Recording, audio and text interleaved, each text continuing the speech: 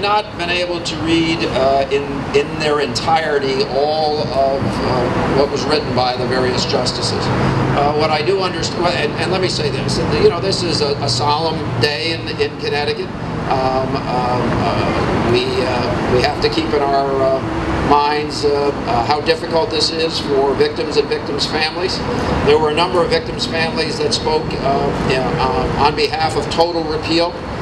They didn't get in the legislature what they were looking for. We actually did it on a prospective basis. On the other hand, there were families that didn't want to see any change as well.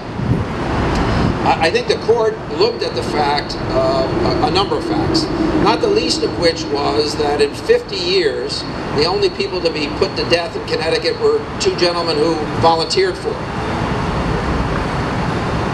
We did not have a working death penalty statute, and the legislature had acted several times to repeal the death penalty statute, only to be thwarted by governors.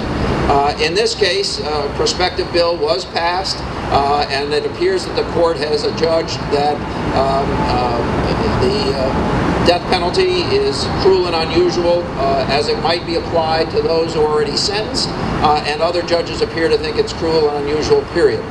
Particularly in a state that does not have a working, did not have a working death penalty statute. So it seems like it's too early to figure out what the legislature... It's a little early. I think that you know the law of Connecticut, as decided by the Supreme Court, is that is recognition that we didn't have a working death penalty statute to begin with.